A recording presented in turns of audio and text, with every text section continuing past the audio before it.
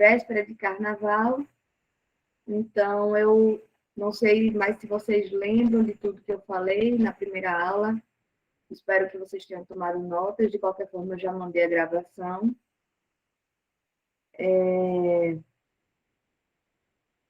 E a ideia hoje é que a gente possa... Não começou a gravar ainda. Pronto. E a ideia é que hoje a gente possa discutir um pouquinho o texto que eu deixei lá para vocês, tá? A minha pretensão, embora eu acho que seja um texto muito, muito interessante, era que ele durasse 2 aulas no máximo, considerando a última, né, a primeira aula, aliás, e a de hoje.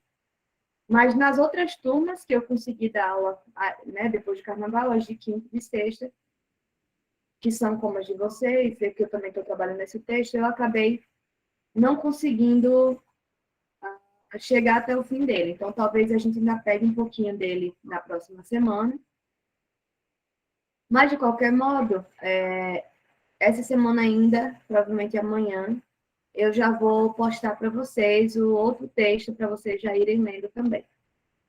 Mas como a gente teve 2 semanas né, de folga aí, folga no sentido de não termos aula, de não termos encontros nossos, eu estou supondo, esperando que vocês tenham lido o texto. Eu queria saber se vocês têm algum comentário, se vocês querem falar alguma coisa sobre a leitura, do que é que vocês acharam, que impressões vocês tiveram, o que é que vocês conseguiram pensar sobre a introdução que eu já dei para vocês, né? Do que a gente vai trabalhar e discutir nessa disciplina.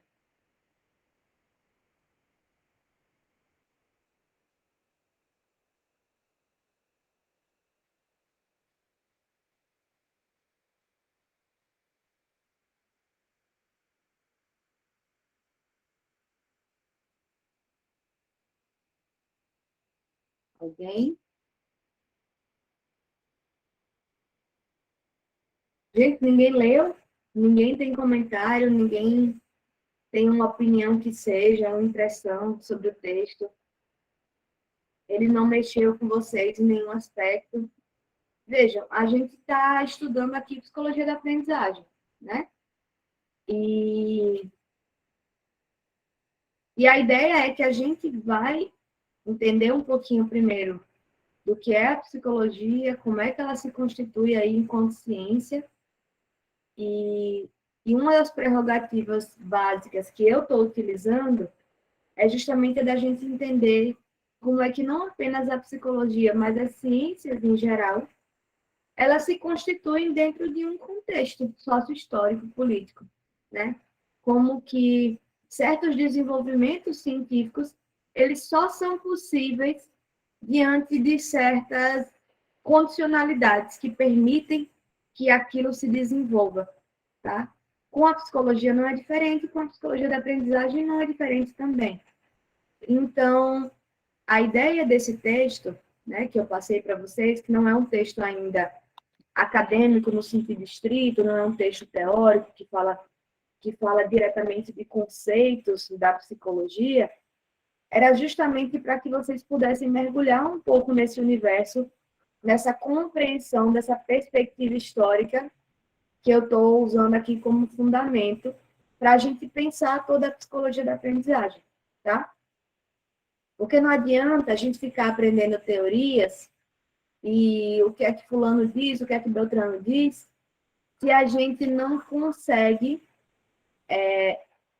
entender qual é a base de compreensão aqui, entender onde é que a gente está sustentado e pautado para a gente conseguir desenvolver o raciocínio e a compreensão dessa psicologia.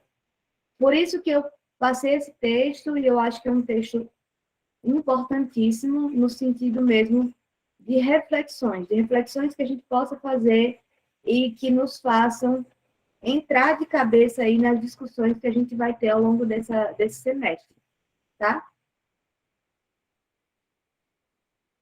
Então,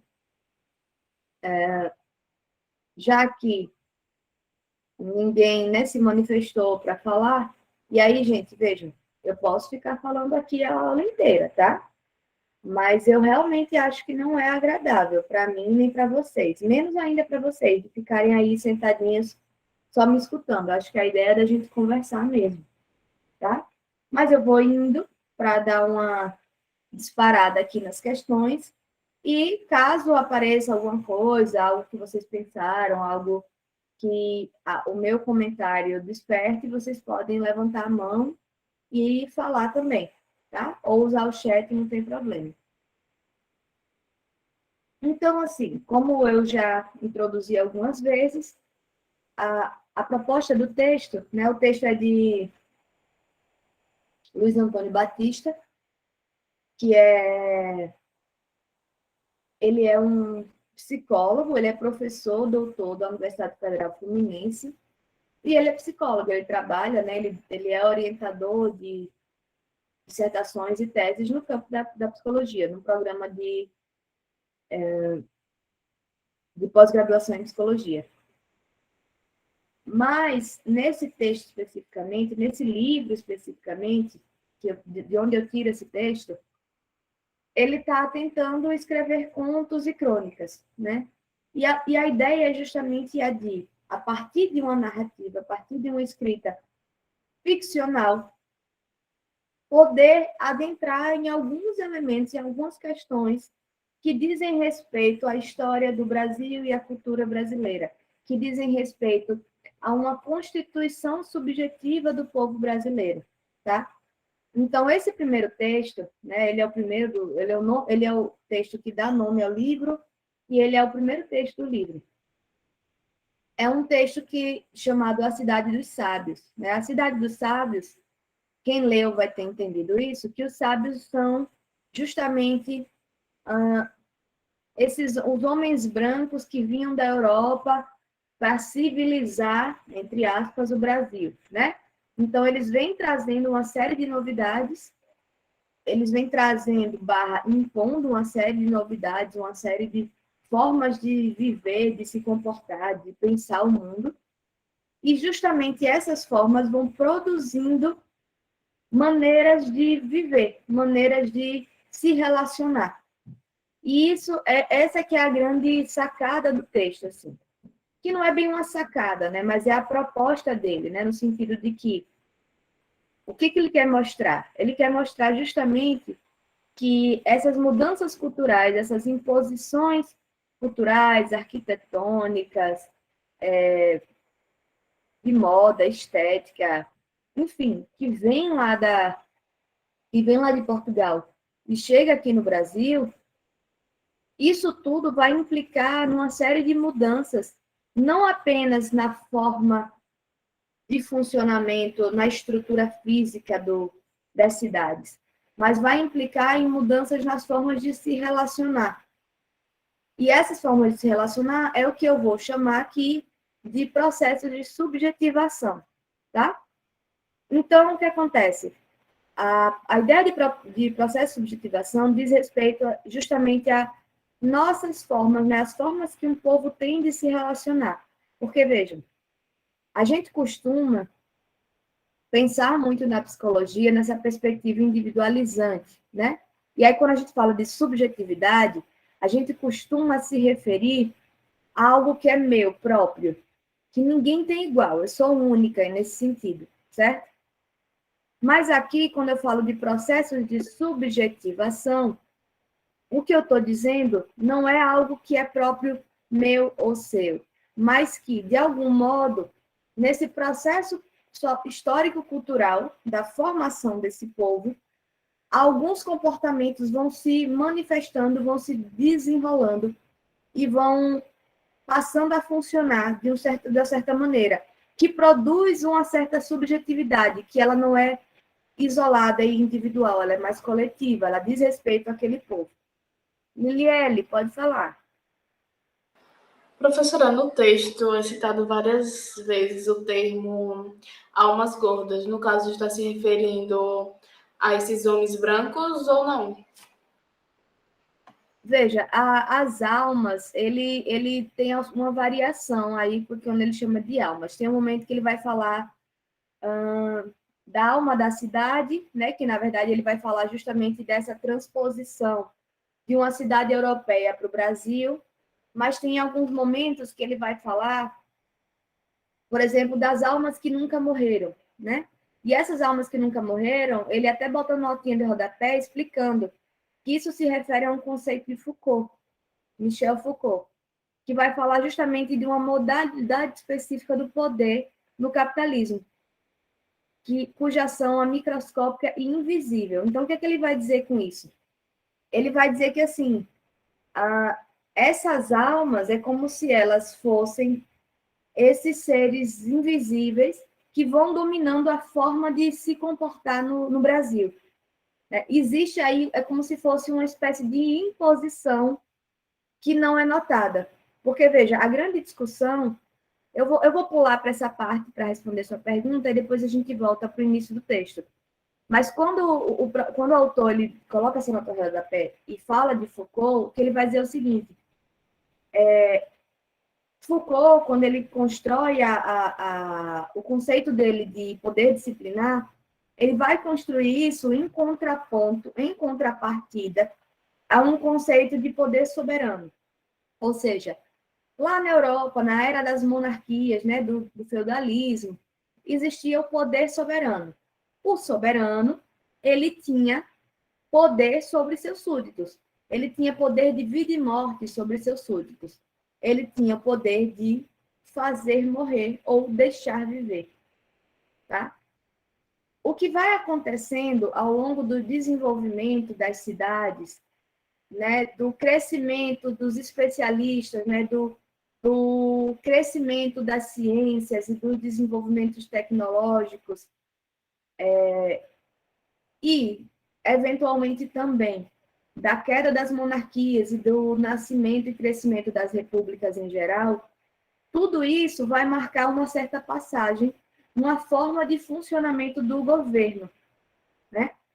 A governabilidade, ela muda, ela deixa de ser soberana, nesse sentido de que o soberano tem poder sobre vida e morte dos súditos, ou seja, como ele fala, tem o poder de fazer morrer e deixar viver, e aí esse novo governo, né, com essa noção de o resgate da democracia grega, com a reconstrução aí de algumas noções dessas, ele vai começando a construir um certo funcionamento que o exercício do poder ele se torna mais sutil. Significa dizer que ele vai dizer nos seguintes termos, de que a partir de então o governo começa a ter a fazer viver, fazer viver, e ele começa a tentar trabalhar no processo de prevenção de doenças, prevenção das mortes, da mortalidade. Ele começa a trabalhar com um certo cálculo dessa população, como é que essa população funciona e como é que eu garanto o funcionamento dessa sociedade. Mas, de um modo ou de outro, é um exercício de poder, só que são formas diferentes de exercício de poder.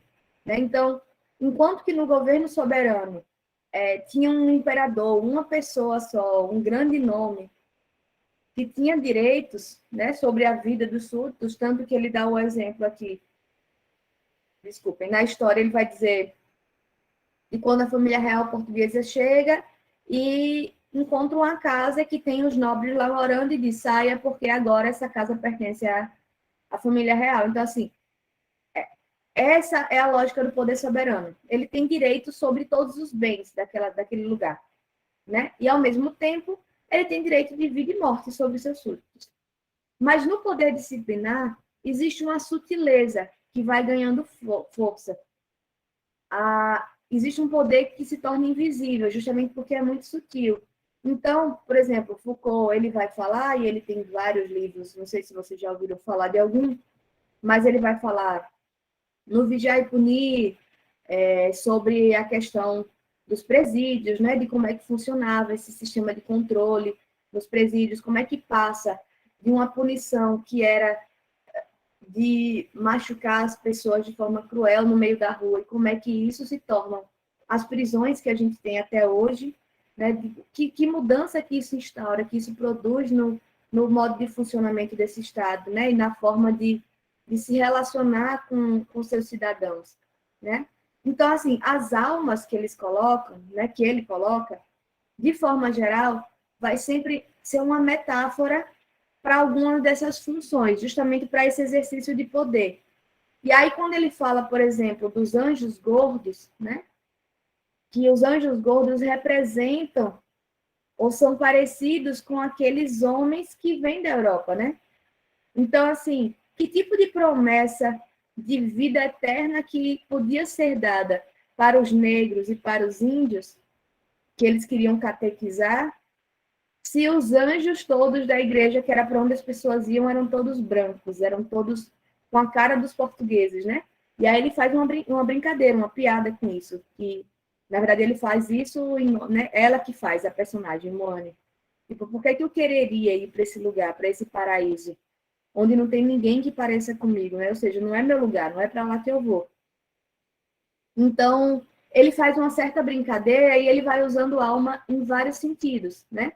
Mas, de forma geral, ele está trazendo a questão da alma como esse exercício de poder que é invisível, que vai chegando sorrateiramente, que vai tomando conta a partir do momento que essas mudanças políticas, econômicas, sociais vão se instaurando. E vão se instaurando de forma impositiva, né? Vindo, pronto, lá de Portugal. Entendeu? Ficou mais ou menos claro? Sim, entendi. Mas, Liliane, me diga uma coisa, não precisa não, tá? Porque eu não quero que vocês fiquem se sintam constrangidos, não. Mas, assim, você que leu o texto, né? Já que eu estou vendo que você leu. Você tem algum comentário, assim, das suas impressões, do que é que você pensou? Porque, assim, eu não sei vocês, mas eu, nos meus tempos de graduação, quando o professor passava um texto, eu ficava lendo e pensando o que é que esse texto tem a ver com esse curso que eu vou estudar agora, né? Você pensou em alguma coisa? Tem alguma impressão que você queira compartilhar com os colegas? Eu achei muito interessante e me lembrou, assim, como eu faço geografia, né, a questão das desigualdades. Eu até tentei procurar algo, tipo um resumo, sabe, para ler, para ver se era realmente isso que eu tinha entendido, porque teve algumas partes que eu fiquei confusas, principalmente nesses termos. Sim, sim. Legal. Obrigada, Liliane. Então, não é um texto simples, não. Assim, como eu falei, né? A minha proposta é que ele não fosse um texto denso no sentido teórico, de vir com conceitos muito pesados, para vocês já entrarem nos conceitos, mas, ao mesmo tempo, como ele brinca muito com essas metáforas, né? Com essas comparações, com essas imagens mesmo, aí acaba ficando um pouco confuso, porque às vezes a gente pensa que é uma coisa e é outra, né? Eu que já li muitas vezes ele, vou tendo uma visão cada vez melhor. Mas, assim, eu acho que eu posso confessar aqui que não é tudo 100% que fica claro, até porque eu acho que a ideia, ao contrário de um texto teórico, né, acadêmico, assim, com citação, com argumentação, que tem uma estrutura própria, esse texto ele não se quer ele não se quer entendido 100%, né? A ideia é que ele é uma obra de arte, né? Ele é uma literatura. Embora ele esteja ali pautado em conceitos, né, científicos que a gente vai usar aqui como referência na nossa disciplina, é um texto que está brincando aí com as palavras, com as metáforas, e tentando construir uma história ficcional com base numa história real, né? Numa história da forma que a história do Brasil aconteceu. Então, de fato, a gente não vai entender tudo, vai ter coisa que vai passar mesmo, e talvez numa próxima leitura você entenda de outro jeito, e eu acho que essa é a beleza da coisa. Mas, de qualquer forma, Liliane, quaisquer outras dúvidas que você tenha, você pode ir colocando aqui, porque eu acho que quanto mais vocês vão me trazendo, eu consigo talvez estruturar uma explicação que ajude melhor vocês a entenderem as questões que ficaram mais obscuras do texto, né? Mais difíceis de compreender. Mas, assim, eu gosto de começar do começo, tá? O texto, ele começa, não à toa, com a citação até um tanto longa de um autor chamado Walter Benjamin. Walter Benjamin é um autor que ele ficou muito conhecido por discutir a função da narrativa e da obra de arte, né? E aí, a citação que ele coloca, né, que o autor coloca... Tudo bem, Luiz Alberto, obrigada. A citação que ele coloca fala justamente dessa configuração artesanal da narrativa. E aqui ele está falando de narrativa enquanto essas histórias que passam de boca a boca, que passam de geração para geração, né? Dessas narrativas, dessas histórias que se conta e que se ouve e que constituem um certo povo, né? Nessas questões de ancestralidade, da minha constituição pessoal a partir da história da minha família, do meu povo, da história do meu país. Então, ele vai falar sobre como essa perspectiva narrativa era completamente artesanal, e eu digo era, porque ele vai dizer que isso vai morrendo com o nascimento dos romances. A narrativa, né, o nascimento dos romances marca a morte da narrativa. E marca justamente porque nos romances, né, no texto escrito e estruturado, você perde um pouco essa artesania de construção de uma narrativa, né? De ir inventando aqui um pedaço, de ir construindo, de preenchendo uma lacuna com alguma coisa, né? Porque o texto está lá escrito. E aí você não precisa lembrar, você vai lá e lê, né? Então, ele começa assim de uma forma que eu acho particularmente muito bonita, que é falando desse marinheiro narrador, que encontra um objeto brilhante e quando ele vai ver um espelho enferrujado. E nesse espelho enferrujado ele se olha e sua imagem está desfigurada. E aí, nessa imagem que está desfigurada, o que é que ele vai dizer? É a primeira citação que eu marco aqui, que ele vai dizer assim, na página 52. Não tinha eu, não era sujeito, não tinha inconsciente. E aí ele segue, fala que não tinha personalidade, não tinha... Então, ele traz ali uma série de conceitos que são caros à psicologia, né, que se constituem ao longo da história da humanidade, das civilizações, especialmente ocidentais, e conceitos que eles se constituem a partir de uma certa configuração, tá? Então, quando esse narrador, né, esse marinheiro narrador, ele se olha no espelho, ele não vê a si mesmo enquanto um indivíduo que tem em si mesmo todas as características e que é uma unidade fechada. Ele não se vê enquanto uma personalidade formada, ele não se vê enquanto um sujeito. Ele se vê enquanto um espectro da sua ancestralidade, de toda a sua história, de todos aqueles que vieram antes, né? Porque mesmo se a gente for pensar na constituição desses conceitos, no indivíduo, no sujeito, e etc, etc, isso tudo se constitui a partir de uma história, a partir de tudo que veio antes, né? De como é que a gente chegou até aqui. E é o que esse texto está tentando trazer para a gente. O que esse texto vai discutir, que vai trazer para a gente de uma forma muito bonita, é justamente essa questão de que, assim, olha, a gente vai falar aqui de psicologia, né? Isso sou eu que estou dizendo, tá? Não é o que o texto vai dizer no fim das contas, não. Mas, assim, a gente aqui vai falar de psicologia.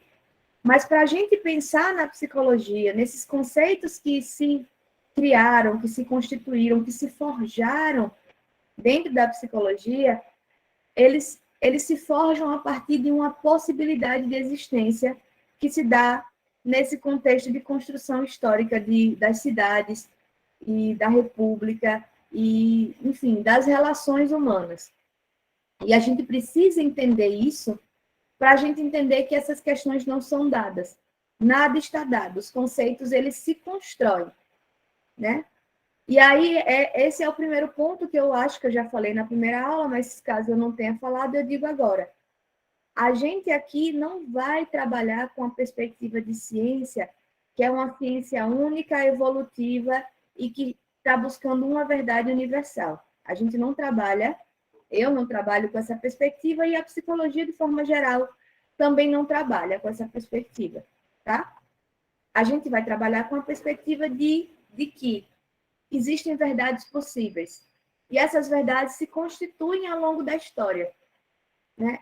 Veja, com isso eu não estou desqualificando a ciência, muito pelo contrário.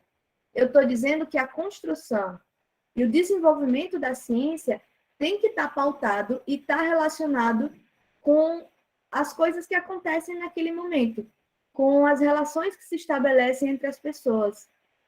E também produz relações, né? Vocês vão ver ao longo do texto vários momentos que eles vão falar dos sábios como sendo os médicos, sanitaristas, né? Todo movimento sanitarista é um movimento científico, mas que também, em alguns momentos, estava ali enviesado com questões morais e políticas e que entraram em jogo naquele momento, especialmente numa imposição de uma limpeza que acaba virando uma limpeza étnica mesmo, né? De segregação e de violência contra as pessoas negras e indígenas. Então, a gente precisa entender que, por mais que a gente defenda aqui a ciência, que a gente entenda a importância da ciência no processo de desenvolvimento das civilizações, a gente tem que entender que ela só se sustenta a partir de uma história que está acontecendo e, ao mesmo tempo, que ela participa produzindo essa história. Ela faz parte disso, ela interfere nisso, né? E eu acho que esse texto traz isso com muita beleza e com alguma clareza. Talvez não tanto, talvez precise ler 2, 3 vezes para perceber isso com mais clareza. Mas aí eu estou aqui para isso também, para tentar trazer um pouquinho dessa perspectiva para quem não conseguiu entrar tão profundamente, talvez, ou que acabou fazendo uma outra leitura. Que, veja, outra leitura é perfeitamente possível. Só que eu preciso que vocês me falem para a gente conversar sobre ela, né? Então, mas enfim. E aí, voltando para a história do narrador, que se depara com um espelho, com um objeto brilhante, e se olha nesse espelho, aí o texto começa com a seguinte questão: o que o espelho lhe disse? Ele vai se deparar com a sua história, porque quando ele olha para ele mesmo, ele não se vê, ele não é um ser que brotou do nada. Ele é um sujeito que se constitui a partir de toda uma história que vem muito antes dele, que vem gerações antes, né? Que se constitui ali ao longo de anos ou séculos. Então, é disso que se trata nesse texto e é por aí que ele vai partir. E aí o primeiro capítulo se chama O Tempo dos Anjos Gordos, né? Que, no meu entendimento, e aí vocês, se vocês tiverem outra leitura, eu gostaria de ouvir, mas no meu entendimento, a ideia dos anjos gordos diz de duas coisas. Tanto dessa primeira referência que eu já falei, né, respondendo a pergunta de Liliele, que é dessa aproximação estética com os portugueses, né? Aqueles que estavam vindo tomar conta aqui do Brasil, e, ao mesmo tempo, essa lógica de que as coisas pareciam que as coisas não saíam do lugar. E aí, a ideia dos anjos gordos não é só que eles eram gordos, mas ele fala que eram de asas curtas, né? Justamente porque não havia mobilidade ali. As coisas não parecia que não tinha muita mudança, não tinha muito movimento. E assim, qualquer pessoa que vem, sei lá, que nasceu e foi criado no interior, numa cidade pacata, e vai para uma cidade grande, ou vice-versa, percebe essa diferença do ritmo das cidades, né? Então, vocês percebam que a ideia da imobilidade diz um pouco desse lugar, de uma cidade que ainda não era tão desenvolvida nesse sentido moderno. Então, as coisas eram meio paradas, a dinâmica não era rápida, não era frenética como a gente tem hoje. E aí ele vai falar do tempo dos anjos gordos para mostrar justamente como é que as coisas funcionavam ali naquela época.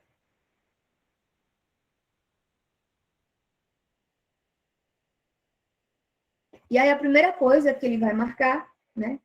Eu vou falar agora ela, porque é a própria personagem, né, Moane, é a questão da culpa. Ela começa falando sobre o sentimento de culpa, que é um sentimento que hoje a gente toma como um sentimento que está posto, né, que faz parte da, enfim, que a gente tem muita intimidade com esse conceito de, de culpa, né, com esse sentimento. Mas o que o autor está querendo mostrar aqui é que o sentimento de culpa ele não existe desde sempre. Pelo menos não no Brasil, né? Não existe desde sempre. Porque ele é uma construção da Igreja Católica, né? A gente sempre fala da culpa cristã, né? E aí tem toda aquela narrativa que se constrói. E, gente, vejam, não estou questionando, tá? Não estou aqui para questionar a crença e a fé de ninguém, mas é só para explicar para vocês como é que certos valores vão entrando em jogo, não porque são naturais, mas porque eles se constituem dentro de de uma determinada cultura e dentro de uma relação que se estabelece, tá? Então, assim, a culpa é um sentimento cristão que foi construído, que foi produzido ali dentro dessa perspectiva cristã. Então, o que Moane vai dizer é que assim, eu não sinto essa culpa, né? Que os meus deuses dizem que sentir isso, que sentir medo, sentir algo parecido com a culpa tem a ver com fraqueza. Então, eu não vou, não é isso que eu sinto, não é por aí que eu vou. Porque, veja, isso diz respeito a esse processo de subjetivação. Como é que um povo se subjetiva? Como é que um povo se constitui enquanto sujeito, enquanto um certo funcionamento de relação que se estabelece uns com os outros? E aí, nesse primeiro momento, ela já vai mostrar esse choque de valores, né? Tem os negros escravizados que vêm de né, que tem uma certa perspectiva muito própria de subjetivação, e tem os portugueses que vêm impondo uma outra forma de funcionamento que está pautado ali na religião e na moral cristã, né? Numa imposição de catequização dos negros e dos indígenas, né? Então, esse é o primeiro marcador que o autor vai trazer.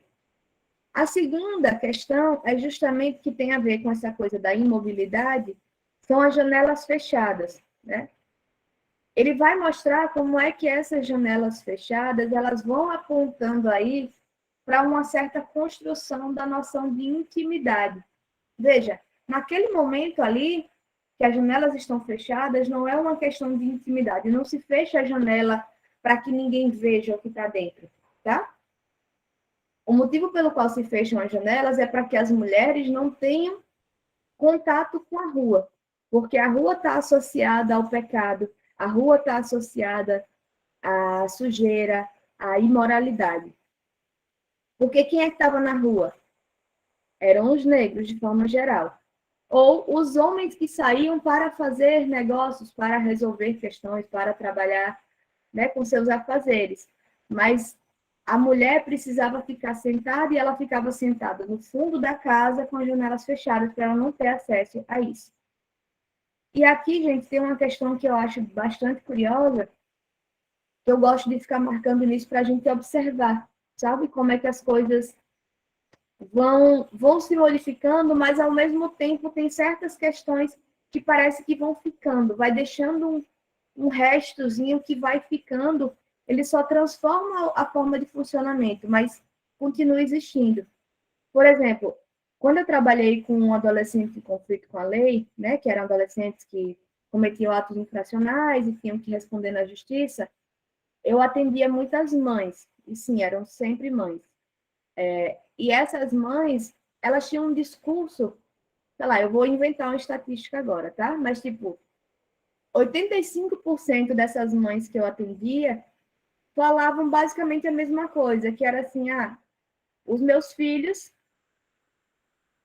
meu filho teve que ser criado pela rua.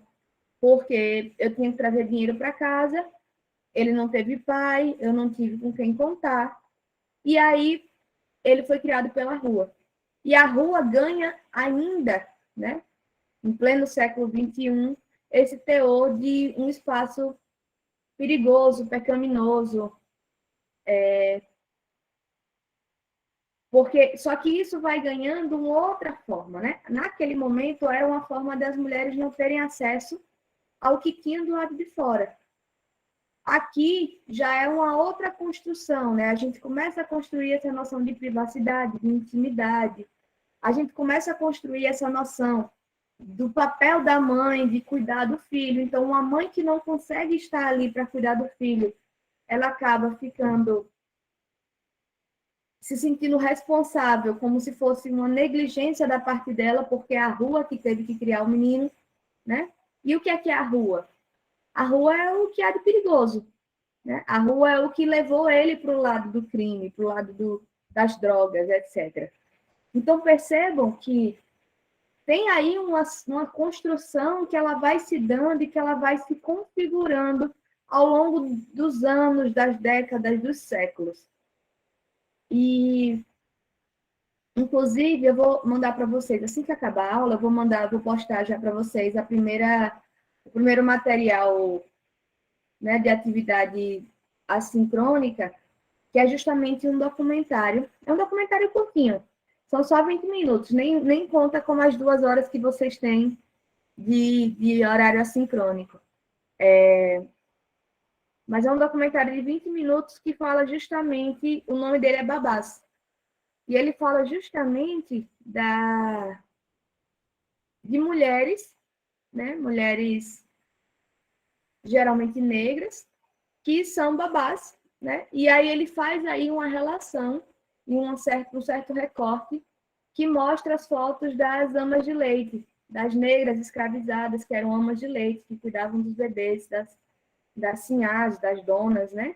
E depois vão se transformando em babás assalariadas, né? Ou empregadas domésticas que cuidam da família e que vivem na casa das famílias, negligenciam seus próprios filhos, ou seja, seus filhos acabam se criando sozinhos, ou com as avós, ou com os vizinhos, para cuidar dos filhos das patroas, né? Então, assim, percebam que tem uma série de mudanças em termos de nomenclatura, em termos de vínculo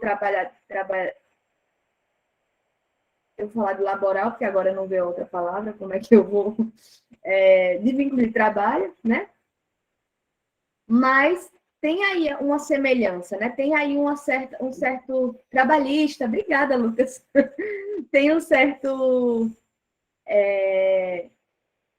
um percurso mesmo que se dá e que, né, que permanece esse fio aí, que garante essa relação de uma coisa com a outra, tá?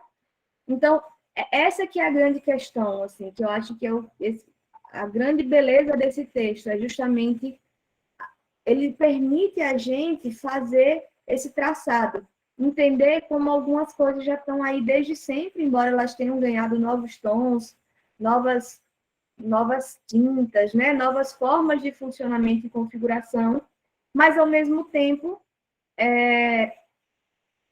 elas estão aí desde sempre, né? Elas têm uma história, elas vêm de algum lugar, elas se constituem a partir de um certo formato, de uma certa origem ali, de uma certa história prévia, e o valor que ela ganha e a forma de funcionamento que ela acaba dando, né, para os modos de se relacionar atuais e contemporâneos, diz respeito a toda essa história.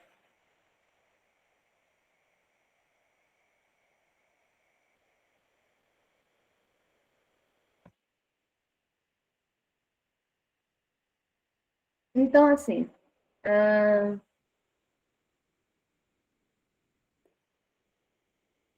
em termos de papéis sociais, o que o texto vai trazer para a gente, em primeiro lugar, é essa questão da mulher gorda que era entendida como preguiçosa. Percebam que o autor ele marca isso muito, muito fortemente, e nesse primeiro momento aqui do texto, a mulher ela era uma administradora. ela gerenciava a empresa doméstica. E, além disso, ela tinha duas funções básicas na casa. Ela gerenciava essa empresa doméstica, e para isso ela não precisava se movimentar e nem sair de casa, ela sentava lá na cadeira dela e ela administrava os criados que não eram criados, né? Que eram os escravos. Então, ela ia mandando eles fazerem as coisas e ao resto do dia ela bordava e ela rezava, né? Pelo menos é assim que é colocado no texto. E aí vocês vão notar, mais para frente, no próximo tópico do texto, que ele vai marcar uma mudança que essa é extremamente importante para a nossa disciplina. Eu acho que essa é a primeira mudança assim, que está mais diretamente ligada com a nossa disciplina que a gente precisa ficar atento, que é o seguinte, essa mulher gorda, que, enfim, veja, chama de mulher gorda porque elas eram, de fato, né, tinha uma certa estética da mulher gorda e que depois passa a ser lida como se ela fosse preguiçosa porque ela ficava parada. Mas tinha uma estética ali que era desse jeito, tá? Ela era gorda por um certo modo de funcionamento das casas e das cidades, tá? Mas aquela mulher que gerenciava a empresa doméstica, mais para frente, ela deixa de ser uma gerenciadora dessa empresa e ela se torna a rainha do lar. Tá, professora, mas qual a diferença? O que é que muda? É só o nome? Não, gente, não é só o nome. Uma das coisas que a gente aprende em psicologia, e que é muito caro a psicologia, é que o nome nunca é só um nome, tá? O nome ele vem carregado de valores, ele vem carregado de significações. Então, quando a gente muda, inclusive essas disputas que se tem, né, de trocar certos nomes, elas não são à toa, porque elas partem desse princípio de que quando a gente muda o nome, a gente está tentando produzir aí uma outra forma de funcionamento. Tá, não tem muito a ver com esse texto, mas tem a ver com o exemplo que eu dei há pouco, só para vocês entenderem do que eu estou falando. Até meados da década de 50, por exemplo, esses adolescentes em conflito com a lei, que eu atendia, eles eram chamados de menores, né? E aí, os menores, essa palavra menores se tornou um termo muito estigmatizado. Mas estigmatizado ao ponto de que as pessoas que passaram a trabalhar e a fazer toda uma militância em prol da criança e do adolescente, né, dessa leitura que a gente pode fazer sobre criança e adolescente, entendeu que não podia mais chamar de menor. Porque chamar de menor, o nome menor, já vinha carregado de uma série de preconceitos, de uma série de estigmas. Então, a gente precisava jogar ele fora e transformar em outra coisa, e chamar de uma outra coisa, que a gente passa a chamar de criança e adolescente, tá? Então, assim, é nesse sentido, os nomes, eles têm muita força. Eles carregam estigmas, eles carregam significados, eles carregam valores. Tá, mas voltando. Então, essa mulher, que ela era uma gerente, digamos assim, da empresa doméstica, da economia doméstica, ela se torna a rainha do lar.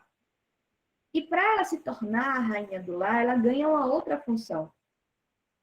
Ao invés de ela ser apenas uma procriadora, né? Ou seja, ela paria os meninos que eram aumentados pela ama de leite e criados pelas escravas, a partir de um determinado momento, de um certo ponto aí de torção nesses valores que a gente vai constituindo e vai recebendo dos sábios, cientistas e portugueses que vêm lá da Europa, é justamente de que não bastava parir, não bastava engravidar e parir.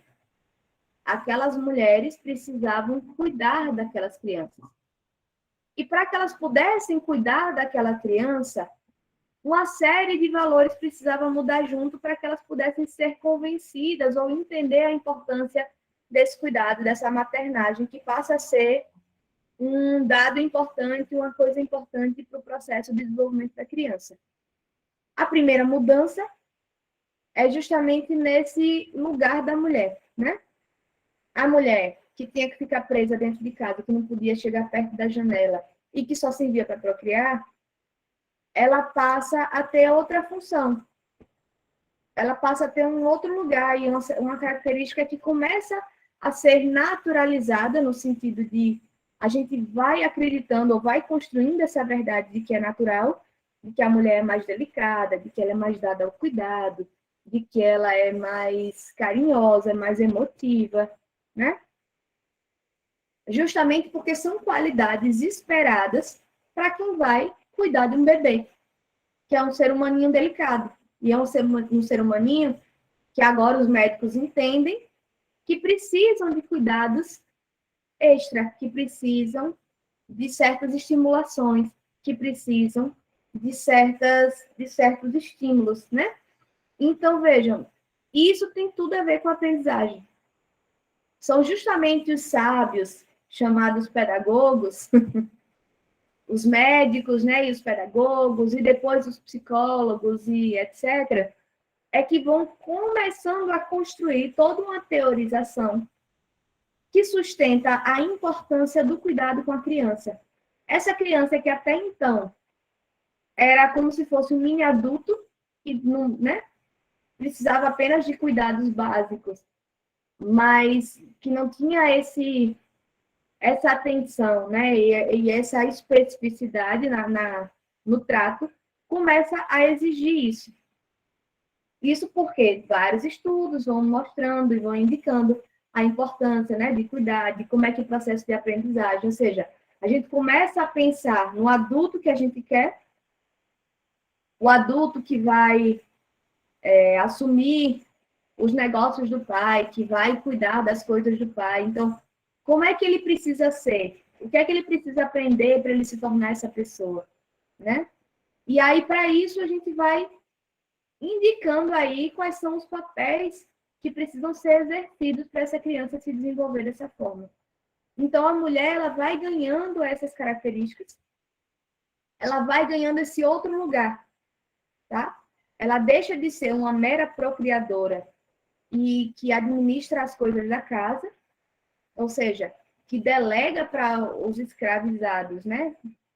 Tudo o que tem que ser feito naquela casa, e ela começa a assumir para ela o que há de mais importante, que é o desenvolvimento e a aprendizagem dos filhos.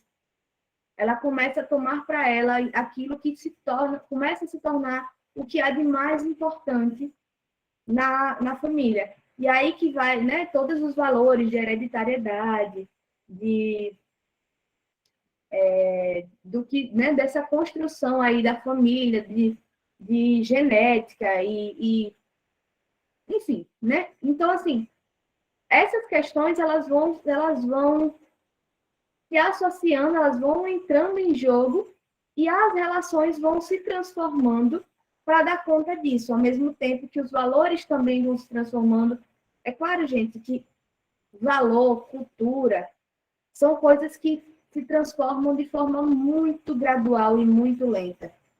Mas aqui a gente está falando de um contexto em que vinha lá da Europa, que tinha uma outra forma de civilização, um outro modo de funcionamento, que tinha uma outra relação, e aquilo vinha pronto e de goela abaixo para quem estava aqui no Brasil, né?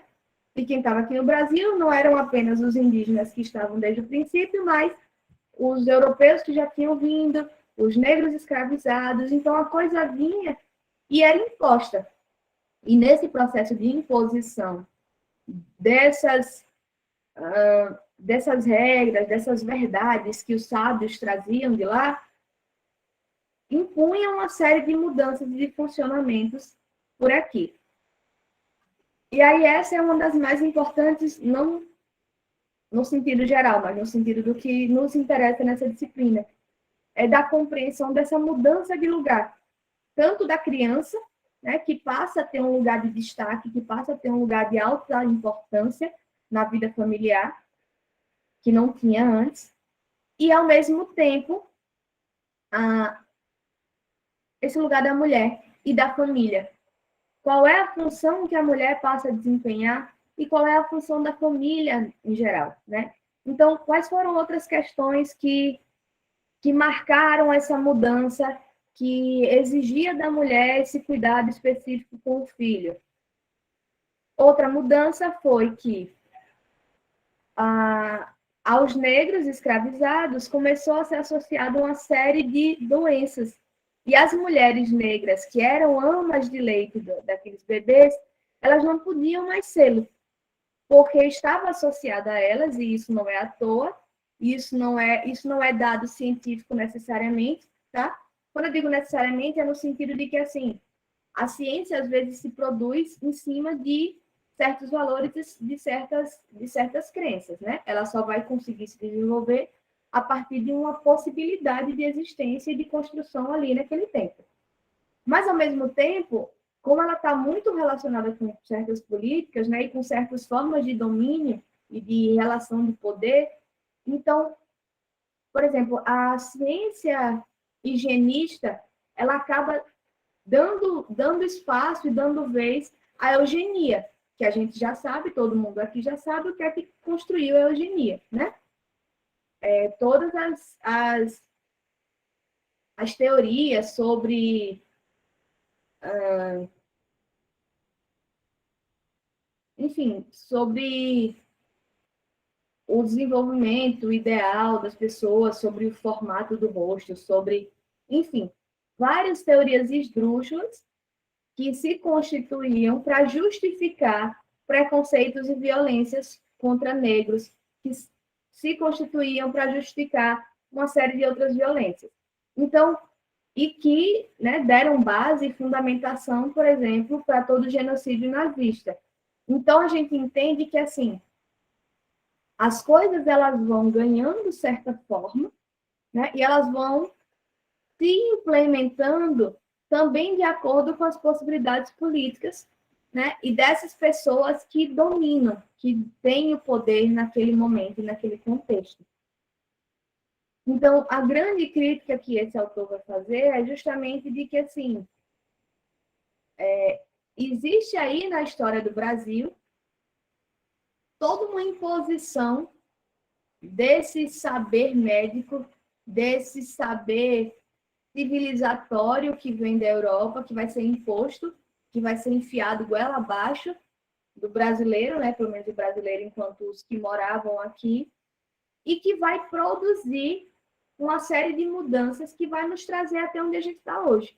Vai produzir uma série de possibilidades de funcionamento desse povo, né, de processos de subjetivação desse povo, que nos traz até onde a gente está hoje, tá?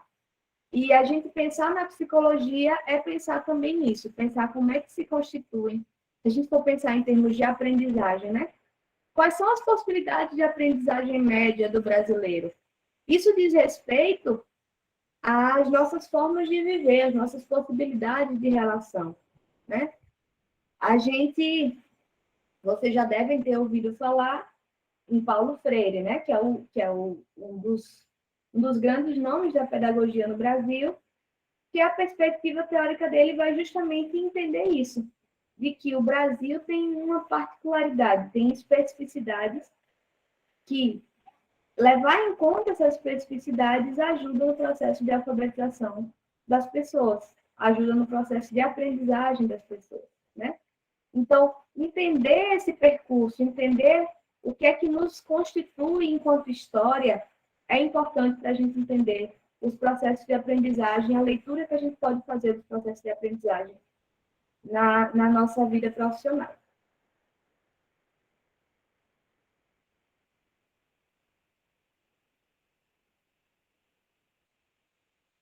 Então, assim, eu falava um pouco antes da questão da ama de leite, né? E aí percebam, eu não sei se, acho que vocês devem ter notado isso, mas o texto inteiro ele está pautado na exposição de uma série de violências, porque percebam, a história do Brasil ela é constituída sobre uma violência, né? Especialmente sobre a violência de povos escravizados, de povos negros e de povos indígenas, né?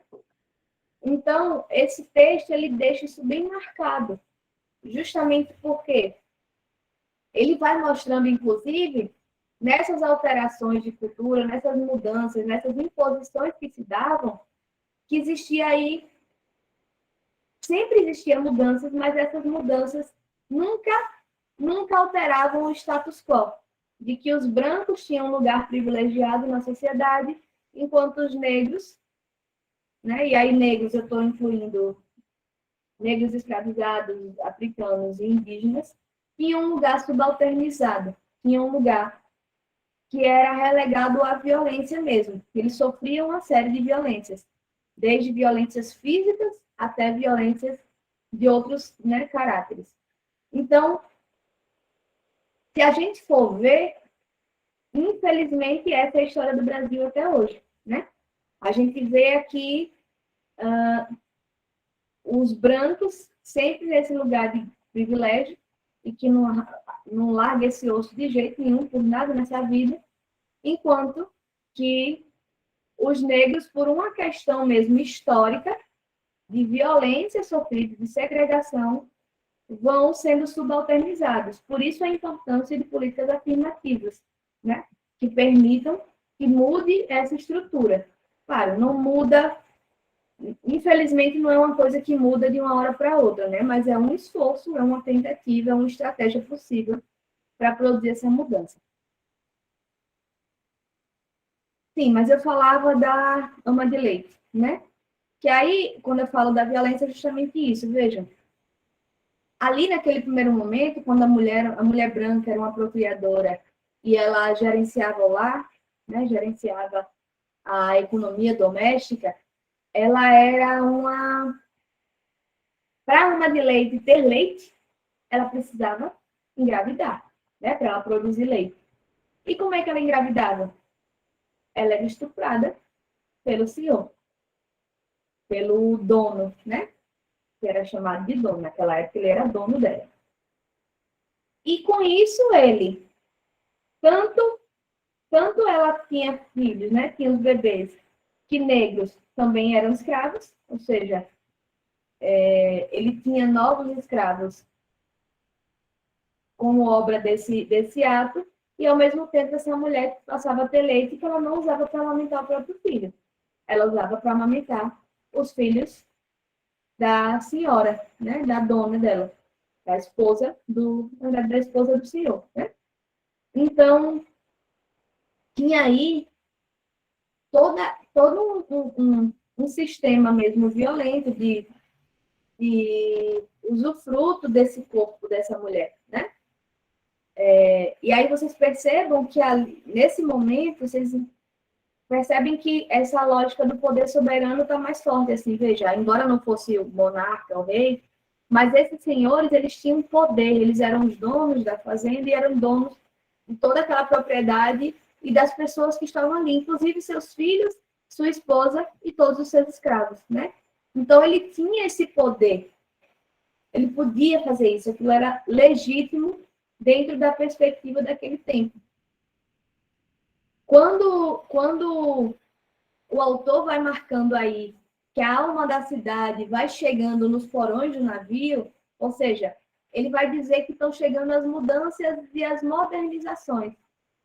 Essa proposta de mudança e modernização, a modernização especificamente, né, ela vai trazendo essa mudança de forma de se relacionar, que é uma mudança sutil, que é uma coisa bem discreta, né? Que esse exercício de poder começa a se tornar mais discreto. Não é mais um homem que tem poder sobre aquela mulher, que vai dizer se ela vai morrer, se ela vai viver, né? Que vai definir todos os destinos de quem está na sua propriedade.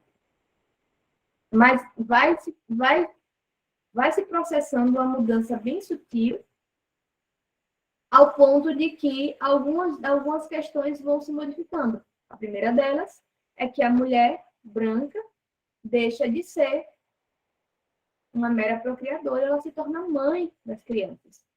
E a mãe, vocês sabem disso, é uma função extremamente valorizada até hoje, valorizada até o ponto de produzir uma série de imposições para algumas mulheres, né? Que não querem ter filhos e de serem tomadas como mulheres egoístas, que não são mulheres de verdade, porque elas não são mães. Então, vocês percebam que tem uma série de valores que vai se colando a essas transformações e a esses papéis que vão se constituindo. Outro ponto que é bastante importante, né, que é bastante curioso, é justamente essa questão da filantropia, né? Ele começa falando aqui do velho GG, que é um senhor que vai... Basicamente, ele é um feiticeiro, né? Ele sabe usar das plantas, ele sabe usar dos saberes ancestrais para curar as pessoas.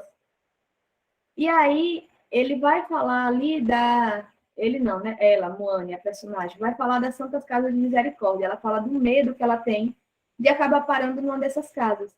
Porque ali ela vai ter um outro cuidado, que é um cuidado que é relegado para os que não podem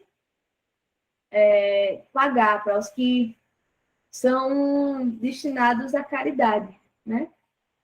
E vejam, tem duas coisas que são importantes nesse ponto. A primeira coisa é essa questão de um saber popular e ancestral que vai ser destituído, que vai ser destruído em prol de um saber científico e moderno. Mais uma vez, gente, eu preciso reforçar isso 1000 vezes, porque nos tempos que a gente está vivendo, isso é perigoso. Eu não estou aqui dizendo que a ciência é uma coisa ruim. Eu defendo a ciência, eu acho que nós aqui estamos na universidade, somos cientistas, né? Em algum nível, todos nós somos cientistas, estamos estudando, estamos aprendendo o processo de pesquisa, a gente entende como é a sistemática de uma pesquisa, a gente entende por que isso é legítimo. Mas a gente precisa entender como a ciência também está pautada em certos poderes sutis que vão se colocando e que podem produzir certas violências. Então, o que acontecia nesse momento? Nesse processo de modernização das cidades, né, e o saber médico, ele começa a ganhar força e começa a ganhar lugar. Mas para ele ser legítimo, né, para ele ser legitimado, para ele ser compreendido como algo extremamente importante e como o único caminho a ser seguido, ele precisava destituir todos os outros saberes que iam de encontro a ele. Vejam, a gente hoje já trabalha numa outra perspectiva. Como eu disse, né? A gente, de forma geral, na ciência, a discussão que a gente está hoje, ela está pautada justamente na existência de diversas verdades possíveis, não é uma verdade só. Então, nessa perspectiva de diversas verdades possíveis, a gente pode ter várias verdades coexistindo, né? Cada uma no seu lugar, cada uma a partir da sua perspectiva, do seu recorte, da sua forma de ler o mundo, do seu ângulo de leitura do mundo, das lentes que se utiliza para ler esse mundo. A grande questão aqui é que, numa perspectiva de ciência que se pensa enquanto a busca por uma única verdade universal, a gente acaba produzindo um certo lugar de que, assim, para que eu seja legítimo, né, para que o meu saber, a minha descoberta científica seja legítima e seja adotada por todo mundo, eu preciso destruir a que existia antes de mim. E assim foi feito. E assim todos esses saberes ancestrais vão sendo destruídos. Claro, existe um movimento de resistência, existiu e existe ainda, e aqui ou acolá, né, especialmente nos interiores, nos lugares mais remotos, mais recônditos, a gente ainda encontra pessoas que têm esses saberes, né, de origem indígena, de origem, né, africana, enfim, tem uma série aí de pessoas. Mas, ali, naquele momento, era como se, para que esse saber médico, essa pesquisa que eu estava constituindo, né, sobre o que é importante para a saúde, como é que eu curo certas doenças, como é que eu lido com certas questões, para que isso pudesse ser legítimo, considerando essa perspectiva de ciência única e de verdade universal, eu precisava destituir saberes anteriores, saberes que vinham antes. E aí, para isso, eu precisava destruir e destituir esse saber. E aí, por isso que tem aqui na história esse personagem, que é o velho GG, que some. E a gente não sabe até o final do texto o que aconteceu com ele, se ele foi morto, ou se ele conseguiu fugir para um quilombo, ou se ele conseguiu ir para algum lugar, né? Mas o que a gente sabe é que ele foi perseguido, ele foi preso pelo simples fato de que ele se utilizava de saberes populares ancestrais para curar as pessoas.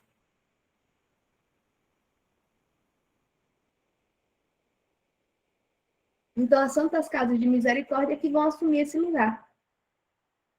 São essas casas que vão garantir o cuidado às pessoas mais pobres. E isso acaba ganhando diversos sentidos e diversos valores. A Santa Casa de Misericórdia, ao mesmo tempo que era um espaço de caridade, né, de oferecer cuidado aos que não tinham condições de pagar, mas, ao mesmo tempo, enquanto um lugar de filantropia, de exercício da filantropia, ele produzia ali um certo lugar para as pessoas que faziam parte daquilo, que contribuíam com a construção daquele espaço. Então, você ser um contribuinte, né? Um homem branco daquele tempo, ser uma pessoa que contribuía com a Santa Casa de Misericórdia, dava a ele um status de que ele era abastado em fazenda, de que ele conseguia, né, esse reconhecimento social e, com isso, ele conseguia crédito no mercado. Ou seja, se ele tinha grana, ele podia dispor de mais grana, porque ele ia dar retorno para aquilo, né? Então, tinha toda uma questão aí que ia muito além de uma pura e simples caridade cristã, de ajudar os mais pobres. E os serviços eram prestados por pessoas que estavam ali de forma punitiva, elas estavam ali sendo punidas por crimes anteriores, né? Elas não eram especialistas, elas não necessariamente sabiam prestar aquele cuidado. Que, na verdade, essa noção de especialista, ela vai também se constituindo, ela vai ganhando espaço, ela vai ganhando forma alguns anos para frente.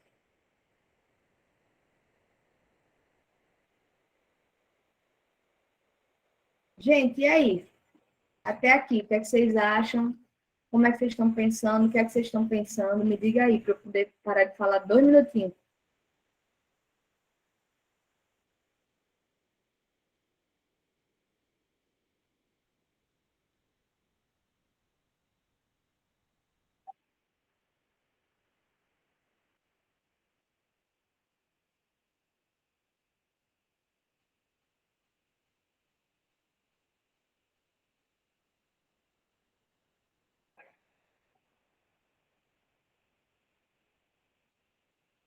Ou tem alguém aí?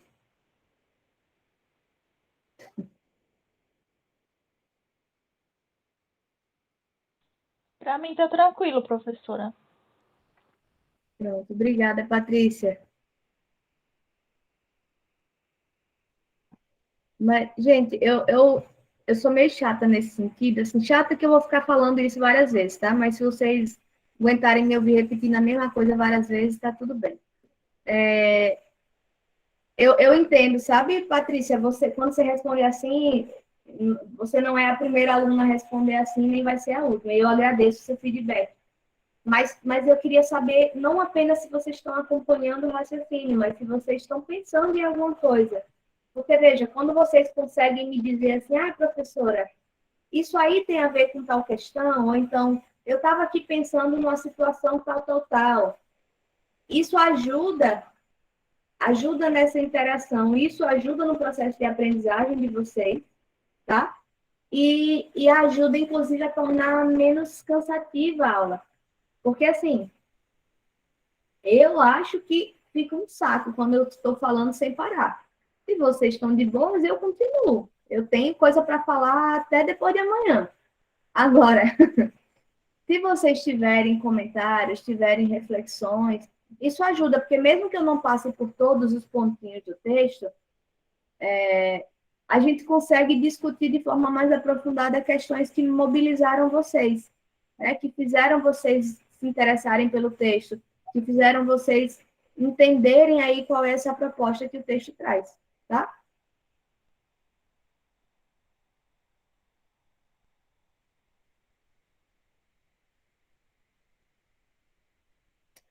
Josineide, fala aí. Boa noite, professora. É porque eu não sou muito de falar, mas eu achei interessante uma parte do texto que ela fala sobre a questão do amigo que vende ervas, que acabou sendo preso. E meio que eu puxei um pouco para a nossa realidade sobre a questão das religiões, né? O fato de ser parecido com a região do candomblé, o preconceito que tem, né? De muitos terem um preconceito com a região justamente por causa disso, porque como um amigo dela vendia ervas, foi preso porque estava dizendo que aquilo estava matando, né, as pessoas, e logo depois disso ela foi percebendo que as ruas começou a ficar vazia, do comércio que tinha nas ruas, que ela via todo dia, foi ficando vazio com o tempo. Uhum. Perfeito. Que pena que você fala pouco, Josineide. Eu te convido a falar mais. Eu acho ótimo, porque assim, aquilo que eu estava falando agora, né? Dessa questão de um saber médico que dentro dessa perspectiva cientista de uma verdade absoluta e única, acaba destituindo outros saberes, era justamente dessa parte do texto que eu estava querendo falar. Que é justamente assim, veja, o amigo dela, que é o velho GG, ele vai ser preso pura e simplesmente porque ele trabalha com essas ervas, ele usa essas ervas para curar as pessoas. E veja, essa a justificativa que se dá, né, é justamente a de que ele pode estar fazendo mal para as pessoas, a de que ele pode estar, enfim, envenenando ou matando as pessoas. Mas no fim das contas, se a gente for ver, né, dentro dessa história, o que está acontecendo de fato ali é o exercício de um determinado poder. Os homens brancos portugueses, né, da coroa, têm esse poder de legitimar ou de deslegitimar certas práticas. E aí, dentro dessa estrutura de uma imposição de uma ciência médica que está vindo de lá de cima, né, de cima para baixo, literalmente, isso acaba justificando certas práticas, justificando certas violências, que é como o caso de que eles pegam e prendem esse amigo dela porque ele trabalha com ervas. E aí você tem toda a razão, Josineide, quando você associa isso, por exemplo, com as práticas do candomblé, por exemplo, hoje em dia. Porque, veja, quando eu falo desses processos de subjetivação e dessas articulações da história, né, com esses valores e sentidos que vão ganhando, é disso que eu estou falando. Porque, vejam, não é à toa que o candomblé hoje tem o lugar que ele tem, no sentido, né, que essa ciência ainda muito branca, ou essas religiões ainda muito brancas, né, que dominam o Brasil ainda, vão dando um certo lugar moralizador e negativo para essas práticas. Mas isso é feito justamente como uma forma de desqualificação. E isso não é feito hoje, isso é feito há séculos no Brasil, né? E hoje a gente vê as coisas acontecerem como elas acontecem, sob justificativas que a gente que tem um mínimo de entendimento da coisa sabe que são esdrúxulas. Porque a gente faz, ao longo da história, foram associadas aí uma série de valores negativos e de estigmas a certas práticas. Práticas que eram associadas com os negros escravizados, práticas que eram associadas com os indígenas. Porque a história é contada, é romanceada, para usar a referência de Benjamin no começo do texto, por homens brancos, por esses homens brancos gordos que pareciam com os anjinhos da igreja, né? Que o céu e o paraíso só era para eles, não era para mais ninguém. Então, não é à toa que esse processo de preconceito vai se vai ganhando força, né? E você tem toda a razão quando você fala dessa relação com a questão do candomblé, dos preconceitos e das violências que são sofridas até hoje nos terreiros. Obrigada, Josimeire, pela participação. Alguém mais?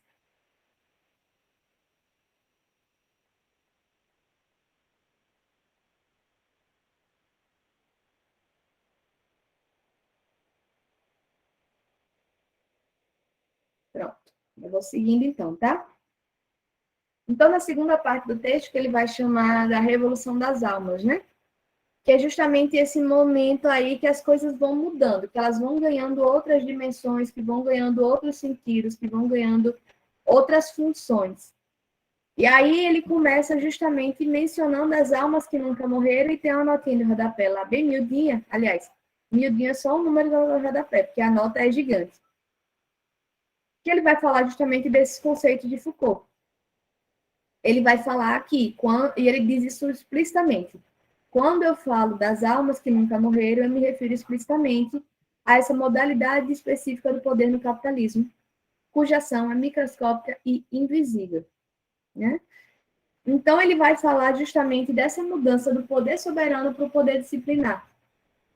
E vejam, quando eu digo que tem uma mudança, ela não é repentina, ela é progressiva, e no que ela é progressiva, essas duas formas de poder, elas continuam coexistindo. Não é que para um existir acaba a outra, tá? Elas podem coexistir, mas elas vão ganhando novas modulações, novas formas de exercício de poder. Então, o poder disciplinar, ele começa a ser exercido sobre o comportamento das pessoas, sobre os corpos daquelas pessoas, né? Enquanto que o poder soberano era exercido sobre os bens que estavam sobre aquela terra, que toda pertencia ao soberano, o poder disciplinar, ele se exerce sobre os corpos, ou seja, sobre a forma que a gente se comporta e que a gente se movimenta pela cidade, da forma que a gente se relaciona uns com os outros. Então, o que Foucault vai dizer é que no poder disciplinar passa a se constituir uma forma de poder que deve gerir a vida, ou seja, que deve garantir que aquelas pessoas que agora não são mais súditos, mas são cidadãos, possam existir e possam viver. Então, o poder disciplinar, ele vai fazer viver e deixar morrer, né? E aí, o que Foucault, a grande virada aí que Foucault vai marcar dessa questão do poder disciplinar é que nesse deslocamento, né, nesse deslocamento do poder soberano para o poder disciplinar, do controle sobre os bens e sobre a terra para o controle sobre os corpos, começa-se a controlar as virtuosidades das pessoas. E isso implica em dois conceitos principais que passam a existir, ou seja, não existiam antes. Eles passam a existir daí, a partir dessa implementação progressiva do poder disciplinar, que são os conceitos de periculosidade e de prevenção, tá? E essa aqui é a questão que eu acho, assim, que é muito interessante, que eu estou tentando marcar, assim, bem repetidamente com vocês, é de que tem conceitos, né? Os conceitos, em geral, eles são construídos, eles se constituem dentro de uma história, dentro de um processo. E eles carregam um certo sentido que diz respeito a esse processo histórico, tá? Então, a ideia da periculosidade, embora para a gente hoje pareça tão natural, se eu falar de periculosidade, se eu perguntar para qualquer um de vocês o que é periculosidade, vocês podem até não saber, não se atrever a me conceituar, mas vocês sabem do que se trata a periculosidade, né?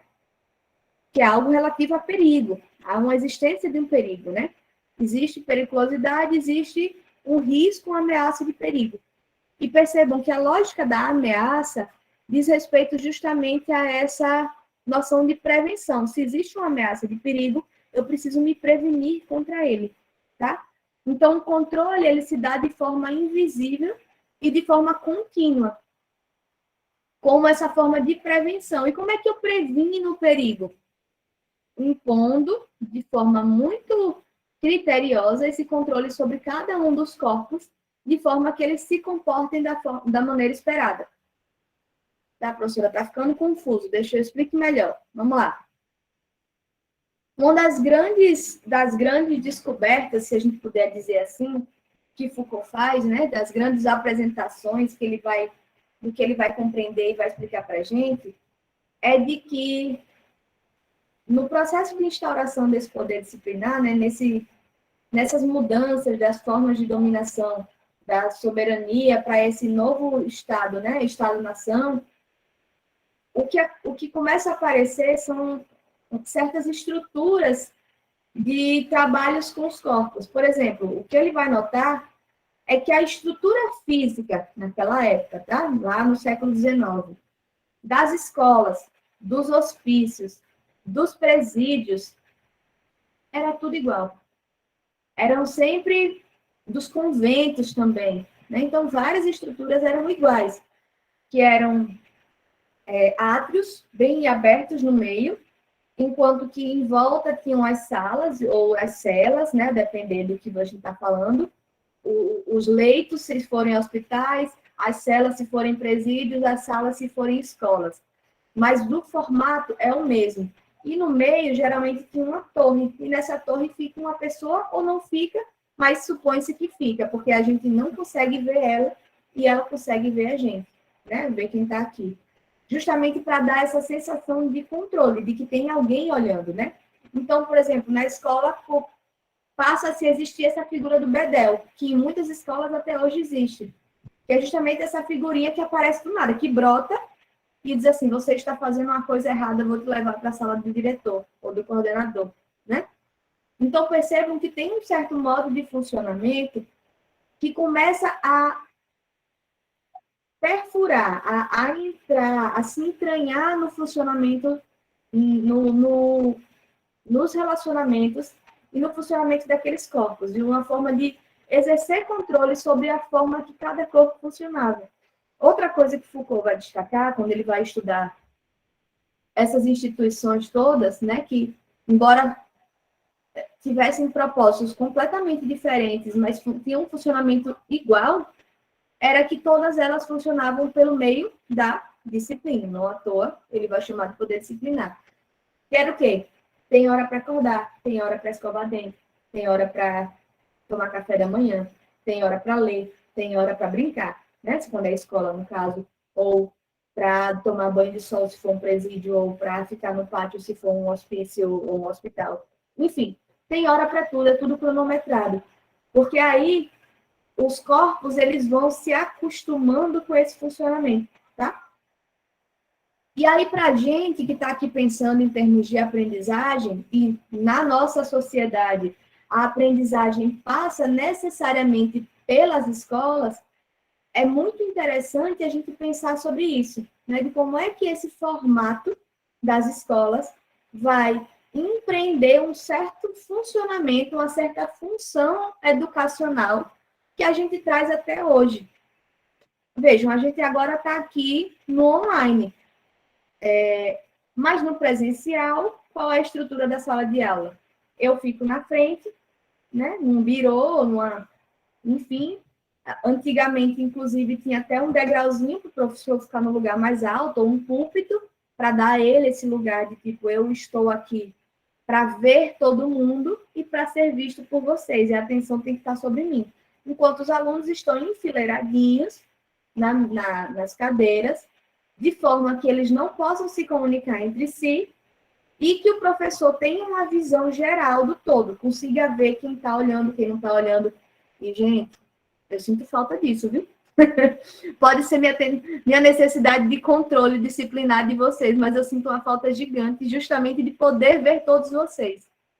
Só que é muito interessante isso porque, assim, eu estou brincando aqui com vocês, mas se vocês param para pensar, mas agora, professora, agora é diferente, a gente está no online e tem outro formato. Mas veja, eu continuo sendo a pessoa que estou aqui no foco. Só que eu não tenho mais essa capacidade de ver todos vocês. Nesse momento, eu estou vendo o Vitor Emanuel, que foi muito generoso de abrir a câmera para estar aqui assistindo a aula comigo. Mas eu não vejo mais ninguém. Eu não sei, eu não consigo apreciar o que está acontecendo. Eu não sei se vocês estão aqui, se vocês ligaram o computador e só voltam às 9 para fechar, para desligar o computador. Eu não sei se vocês estão na frente do computador, mas estão fazendo outras coisas, pagando conta.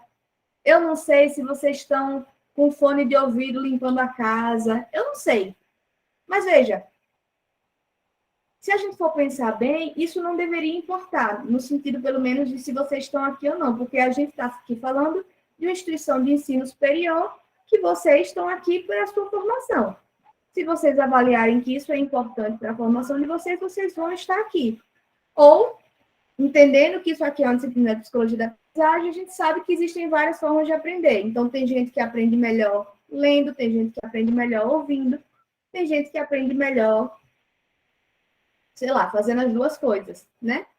Tem gente que não consegue ficar só aqui assistindo aula, então vai fazer outra coisa e vai prestar atenção melhor na aula porque está fazendo outras coisas. Então, quanto a isso, né, eu acho que de fato é uma nova revolução que a gente vai vivendo na educação, porque eu perco esse controle disciplinar sobre o que vocês estão fazendo, se vocês estão aí ou não. Eu sinto falta no sentido do feedback mesmo, né? De vocês, de estar vendo o rostinho de vocês, né? As expressões, se vocês estão aqui, se vocês não estão, se estão entendendo, se estão fazendo cara de que está esquisito. Isso vai modulando um pouco, né? Na sala de aula presencial, isso modula a minha aula. Aqui eu não tenho isso, de forma geral. Mas a questão de eu não saber se vocês estão aí ou o que vocês estão fazendo, para mim, de fato, não importa muito, assim. Eu acho que eu mesma sou uma pessoa que, quando eu tenho reuniões de um dos meus trabalhos, eu boto o fone de ouvido Bluetooth e vou fazer faxina na casa, porque é a hora que eu tenho para fazer isso. E para mim, como são reuniões que nem sempre são muito produtivas, se eu ficar aqui com a cara bonita de câmera ligada, prestando atenção, tem uma hora que eu começo a ficar ansiosa e eu não consigo mais prestar atenção. Então, para mim é muito mais produtivo sair e fazer outras coisas porque eu estou ouvindo atentamente. Mas isso é do funcionamento de cada um. Então, eu não estou aqui para interferir da forma que funciona melhor para vocês.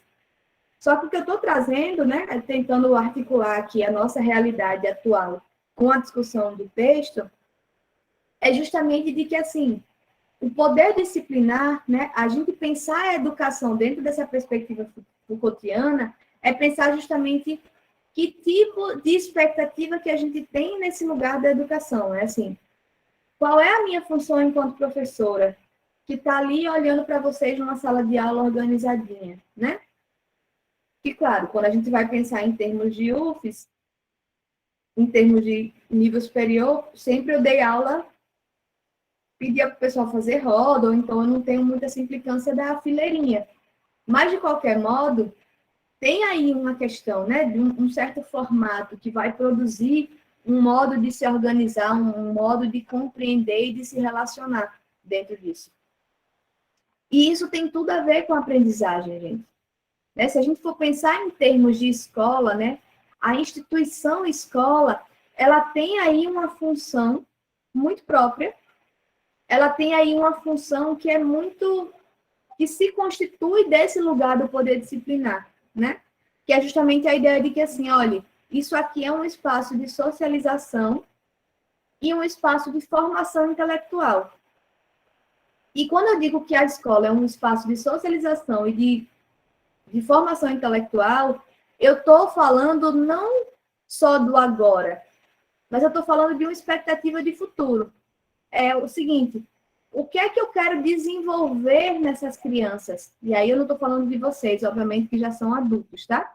Aqui é só formação intelectual mesmo, porque vocês já estão socializados. Mas quando a gente pensa em termos de aprendizagem com criança, por exemplo, qual a expectativa que eu tenho de desenvolvimento e de formação dessas crianças? Quando eu penso em termos de socialização, eu estou pensando justamente que eu quero produzir aí um ser humaninho que consiga se relacionar com os outros. Por isso, por exemplo, as grandes discussões durante a pandemia dos efeitos deletérios e danosos do isolamento social para a criança. Porque a criança, de fato, a escola é um espaço de socialização, especialmente hoje em dia, que criança mora em apartamento, que criança não tem mais primo, né? Que é o filho único, quase ninguém mais quer ter filho na vida. Então, assim, e num tempo de pandemia, que todo mundo se isolou dentro das suas casinhas, dos seus pequenos apartamentos, isso vira um problemão. Vira um problemão dentro dessa perspectiva que a gente tem hoje, né? Da nossa compreensão de desenvolvimento e de aprendizagem para a criança. A gente sabe, por exemplo, que essa modalidade remota funciona muito precariamente para a criança. Porque vocês imaginem, se para vocês é esse inferno, desculpa, eu sei que é um inferno, não é minha aula especificamente não, mas a aula remota, né? Eu estou contando que a minha não seja esse inferno todo, eu só espero. Embora vocês fiquem me fazendo tagarelar sem parar. Se já é esse inferno ficar aqui, sentado na frente de um computador, ouvindo uma pessoa falando por horas e horas e horas, e vocês que são adultos, que estão aqui porque querem, porque tem um propósito, porque tem aí uma formação que vocês já sabem que vocês querem desenvolver, imagina isso para uma criança. Todo mundo aqui já foi criança, ia para a escola a pulso. Se não ia a pulso é porque gostava do recreio e dos amigos, né?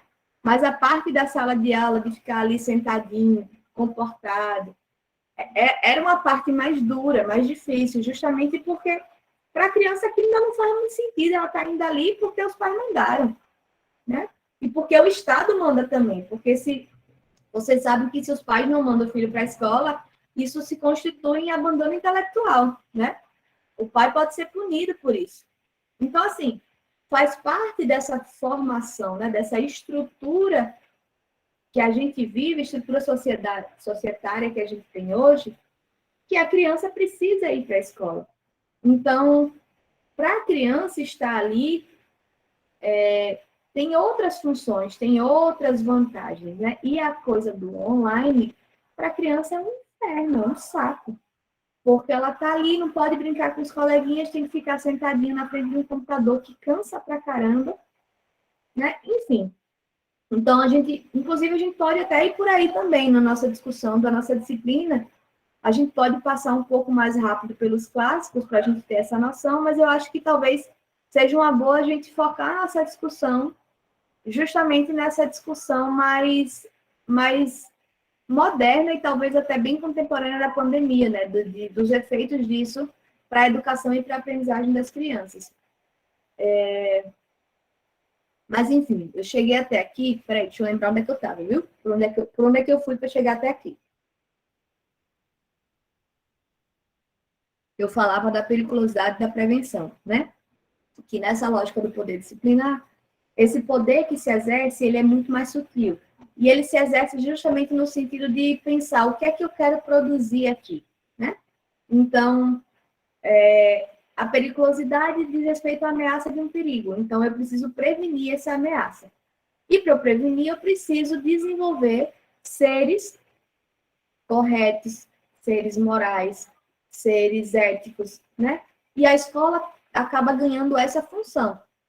Ela ganha essa função, não só a escola, primeiro a mãe, nesse lugar da rainha do lar, da mulher que cuida dos filhos, que vira o agente familiar do projeto médico, né, de proteção à infância. Então, essa mãe, ela assume primeiro esse lugar de garantir essa educação desse menino, dessa menina, né, da criança, e depois a escola vai ganhando também esse lugar de produzir cidadãos, né? Se a gente for parar para pensar hoje, a função da escola é de produzir cidadãos de bem. Eu tenho até medo de falar essa expressão. Mas, enfim. Mas, enfim, a gente está aqui falando de uma função social, né? Que a função social ela passa a existir dentro de uma expectativa social, dentro de todo um processo histórico que nos leva até aqui. Que diz assim, olha, essa instituição, escola, funciona para isso, serve para produzir esses cidadãos, tá? Então, o que vai ser muito discutido nessa parte do texto é justamente essa chegada desse poder médico. E aí vocês percebam que essa ideia do poder médico, né, é apenas uma das formas de implementação do poder disciplinar, ou seja, é uma forma de entrada aí de um certo exercício de poder nas vidas das pessoas. Isso vai se dar através da prevenção da saúde, né? Prevenção das doenças, na verdade, a partir da promoção de saúde e prevenção das doenças, e aí, isso aí vai se dar, né? A questão da promoção de saúde e prevenção de doenças vai se dar pela via do sanitarismo, né? De todas as propostas sanitárias, de esgotamento, de instalação de esgotos, de escoamento, enfim, né? De que as pessoas param de ter contato com os dejetos, porque eles produziam doenças, e aí, daí, entre outras coisas, como eu já falei aqui, né, de fazerem essa associação de que o leite da ama de leite podia ser contaminar a criança, porque trazia doenças, etc, etc, mas aí, né, isso aí já não é de caráter científico, isso tinha aí todo um processo mesmo de justificação de certas violências, de preconceitos, de segregação das pessoas negras, né? E aí, nesse ponto do texto, o que ele vai fazer é justamente isso, ele vai marcando essas mudanças, de como é que a vinda desses sábios, ou dessas almas que nunca morrem, né? Que, pelos porões dos navios, dos saberes desses sábios que vão se impondo sobre a vida no Brasil, de como é que ele vai promovendo uma série de transformações que altera completamente o funcionamento social da cidade. Então, ele vai falar das janelas que se abrem, né? As janelas que ficavam fechadas e começam a se abrir. Mas elas se abrem não é simplesmente porque... Não é porque as mulheres podem agora sair, mas é porque tem ali uma certa mobilidade, né? Tem um outro formato na casa. A casa deixa de ser uma empresa, ela deixa de ser escura, ela precisa ser mais iluminada, então tem grandes corredores, tem o quarto das crianças, e que é dividido por gênero. Então, todas essas mudanças arquitetônicas, elas têm aí, na sua base, na sua fundamentação, uma série de valores morais que se estabelecem, elas produzem também e impõem nessa nova dinâmica, nessa nova cultura, esses valores, né? Então, por exemplo, essas noções de privacidade, de intimidade, elas vão ganhando força. Aí vocês podem até dizer, professora, como é que vai ganhar força a privacidade e intimidade e a janela se abre? Mas ela se abre porque ela dá ganha esse teor da mobilidade. Existe uma certa mobilidade, uma certa movimentação do dentro com o fora. Mas isso só acontece porque o dentro começa a ganhar um outro caráter e um outro valor. Então, o espaço íntimo e privado, ele ganha uma outra importância. Então, a partir desse momento, as janelas se abrem, mas as cortinas passam a existir. Porque as cortinas garantem a minha privacidade, que eu não seja vista pelos outros, né? Então, tem aí uma série de mudanças que vão se estabelecendo. E aí eu já falei das mulheres que se tornam rainhas de lar e que se constitui aí uma noção de natureza feminina, que por si só eu falar isso já é esdrúxulo, né? Porque a gente pensa assim, uma natureza não se constitui, a natureza está dada, ela está posta, para a gente ver que não é natureza, que isso se constituiu ao longo, né? A partir dessa mudança aí de perspectiva, a mulher ganha esse lugar de mãe, de pessoa sensível, dada ao cuidado, de frágil e esposa. Ela deixa de ser uma procriadora que gerencia aquela casa e ela se torna mãe e esposa. E com isso, ela ganha, junto com esses dois nomes, uma série de características, como da delicadeza, do cuidado, da ternura, da emoção, etc, etc. E ela se torna esse agente familiar do projeto médico. E qual projeto médico? Projeto de proteção à infância. A infância ganha uma importância que ela não tinha antes. Eu vou dar só um spoiler bem rápido, porque no próximo texto que a gente vai ler, a gente vai discutir justamente sobre isso. sobre a invenção da infância, né? Para a gente ver como é que se deu esse processo de invenção. Porque isso é muito interessante, assim. A gente fala de infância, a gente ouve falar de infância, e para a gente é muito óbvio, lógico, né? Você sabe o que é uma criança. A gente vê e diz, é uma criança, óbvio. Mas nem sempre isso foi óbvio, pelo menos não no sentido que a gente dá hoje, né? Não quer dizer que antigamente as pessoas nasciam adultas da barriga da mãe, não. Elas sempre nasceram bebês, se tornaram crianças, adolescentes e adultos. Mas a forma como isso era visto e nomeado era de outra forma. O valor que se dava a esse processo era outro, ou não se dava valor a esse processo. Então, a psicologia do desenvolvimento e a psicologia da aprendizagem, elas vão nascer daí. Elas têm isso como fonte, né? Essas mudanças de valores é quem vão fundamentar, que vão permitir o surgimento e o desenvolvimento dessas duas psicologias. Tá? Isso é o que a gente precisa entender a priori para a gente poder estudar a psicologia do desenvolvimento.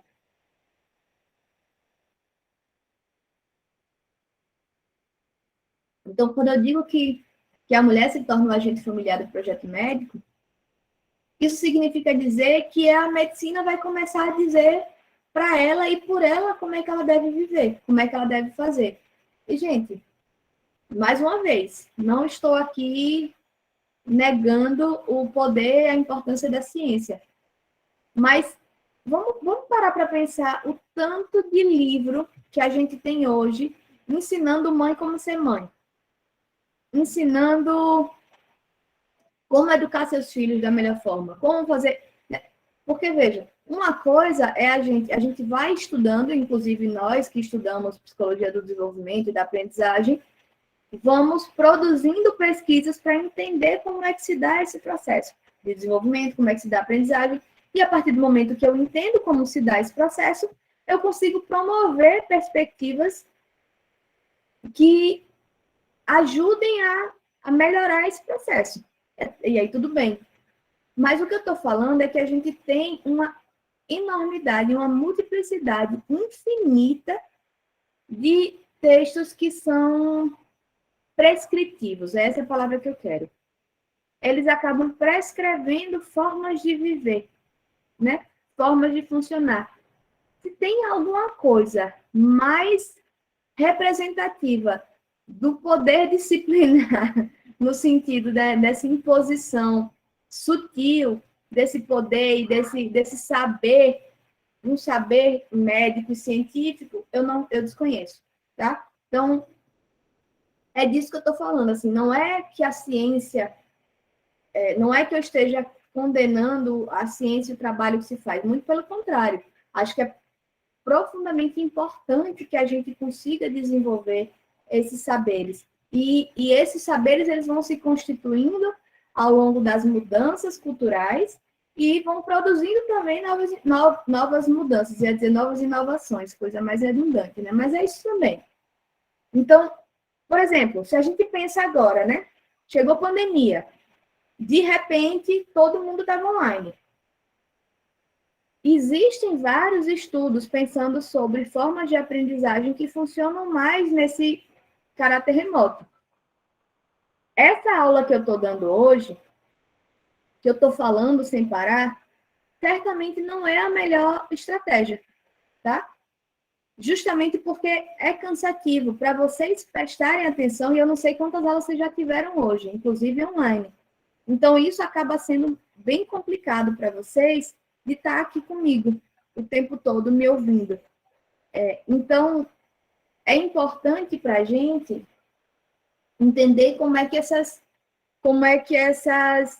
esses processos se dão, como é que essas mudanças que acontecem, a nossa revelia, como, por exemplo, uma pandemia mundial, como é que ela produz aí mudanças e como é que a gente consegue entender as melhores formas de aprender, as melhores formas de estar aqui e de desenvolver esse processo de aprendizagem. Isso é uma coisa. Outra coisa é quando a gente fala desse movimento de prescrição, porque, inclusive, é uma coisa que tem ganhado muita força, porque as pessoas parecem que elas estão carentes de instruções de como viver, né? Isso diz respeito a esse poder disciplinar, isso diz respeito a como a gente acaba aderindo e reproduzindo essa forma de funcionamento, sabe? Então, assim, o mundo vai se tornando muito prescritivo, né? Nessa lógica de existe um saber que vai me dizer como eu devo viver minha vida, como eu devo cuidar dos meus filhos, como eu devo viver, como eu devo cuidar da minha saúde mental. Inclusive, muitos colegas psicólogos com seus Instagrams têm usado esse espaço para fazer isso, para prescrever formas de cuidar da saúde mental que acaba produzindo mais doença, né? Porque as pessoas ficam se sentindo hipercobradas de fazer coisas que elas não vão dar conta de fazer. Porque, francamente, ninguém consegue fazer aquilo, ninguém consegue fazer atividade física e todo dia e dormir 8 horas por dia e ainda ter 2 trabalhos e estudar, né? A gente acaba tendo que fazer escolhas, e isso, de fato, produz estresse, e o estresse faz parte da nossa vida. Então, como é que a gente consegue funcionar com isso, dessa forma, diante da nossa realidade, né? Isso não é prescritivo, isso é da ordem de uma ciência, sim, no sentido de pensar possibilidades, mas não é da ordem da prescrição, não é uma coisa que funciona para todo mundo. E essa que é a grande questão que está aqui pautada quando a gente fala do poder disciplinar.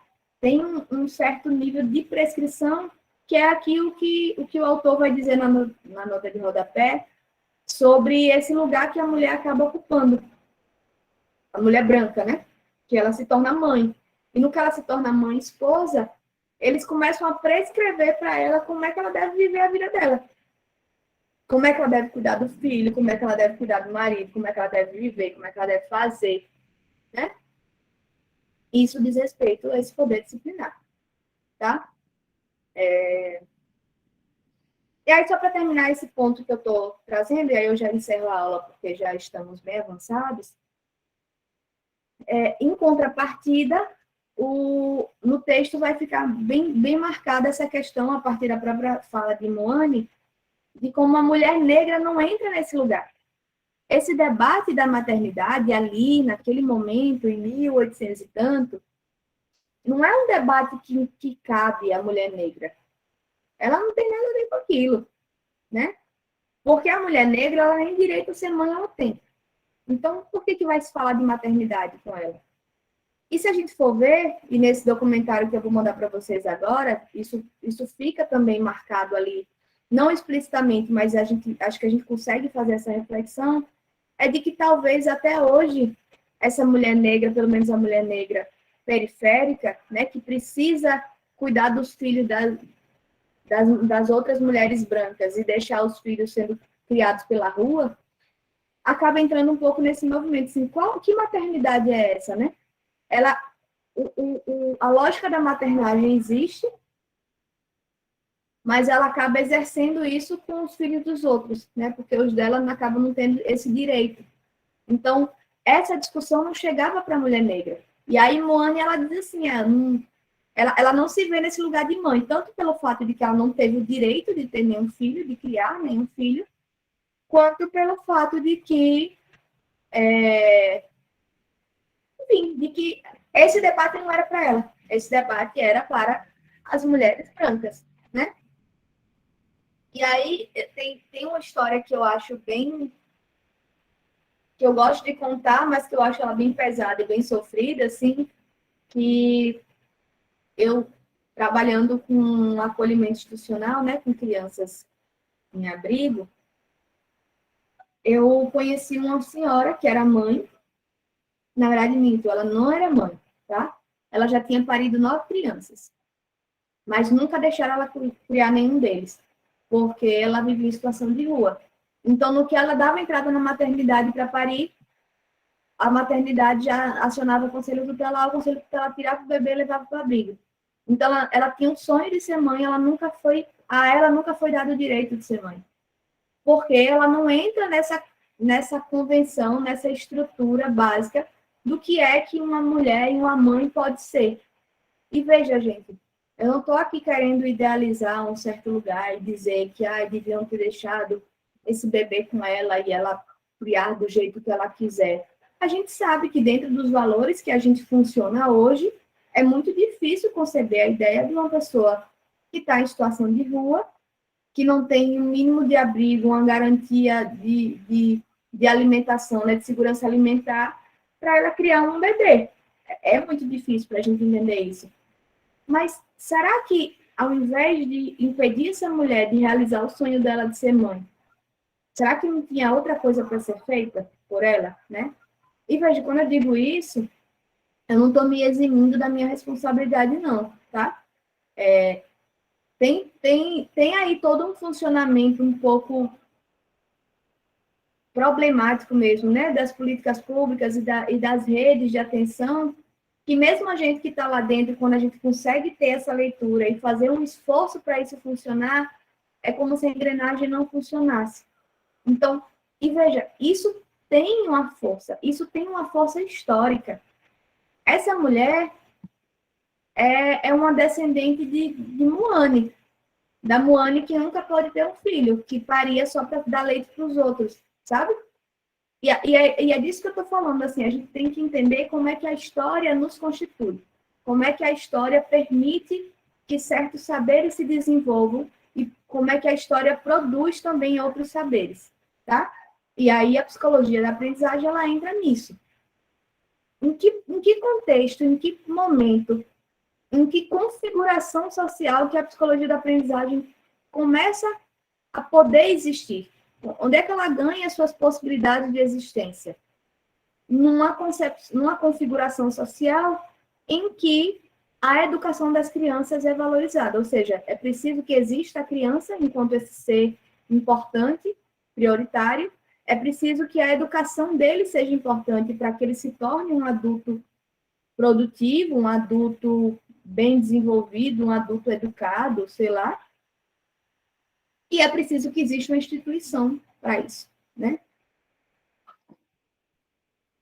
Gente, eu falei muito hoje. Eu espero que vocês interfiram mais e interrompam mais nas próximas, tá? Fiquem bem à vontade. Eu gosto muito de conversar com vocês. Eu acho que isso faz parte da própria perspectiva de aprendizagem também, né? Dessa ideia de que a aprendizagem é algo horizontalizado, de que eu não sei mais do que vocês. Eu só sou psicóloga que tem um percurso aí na psicologia, então eu sei mais sobre psicologia. E eu tenho como função e como obrigação passar a transmitir isso para vocês. Mas vocês também têm saberes importantes da vivência de vocês, das formações de vocês, que quanto mais a gente trocar, melhor a gente aprende, melhor a gente grava essas informações e melhor vai ser o processo dessa disciplina, tá bom? Mas, de qualquer modo, agradeço a atenção de quem esteve por aqui e vou mandar agora o documentário para vocês lá no Google Classroom e provavelmente amanhã ou depois a gravação já vai estar disponível e eu coloco lá também, na sala de aula, tá? Ok, professora, boa noite. Boa noite, professora. Boa noite, valeu, gente. Boa noite, professora. Tchau. Tchau, tchau.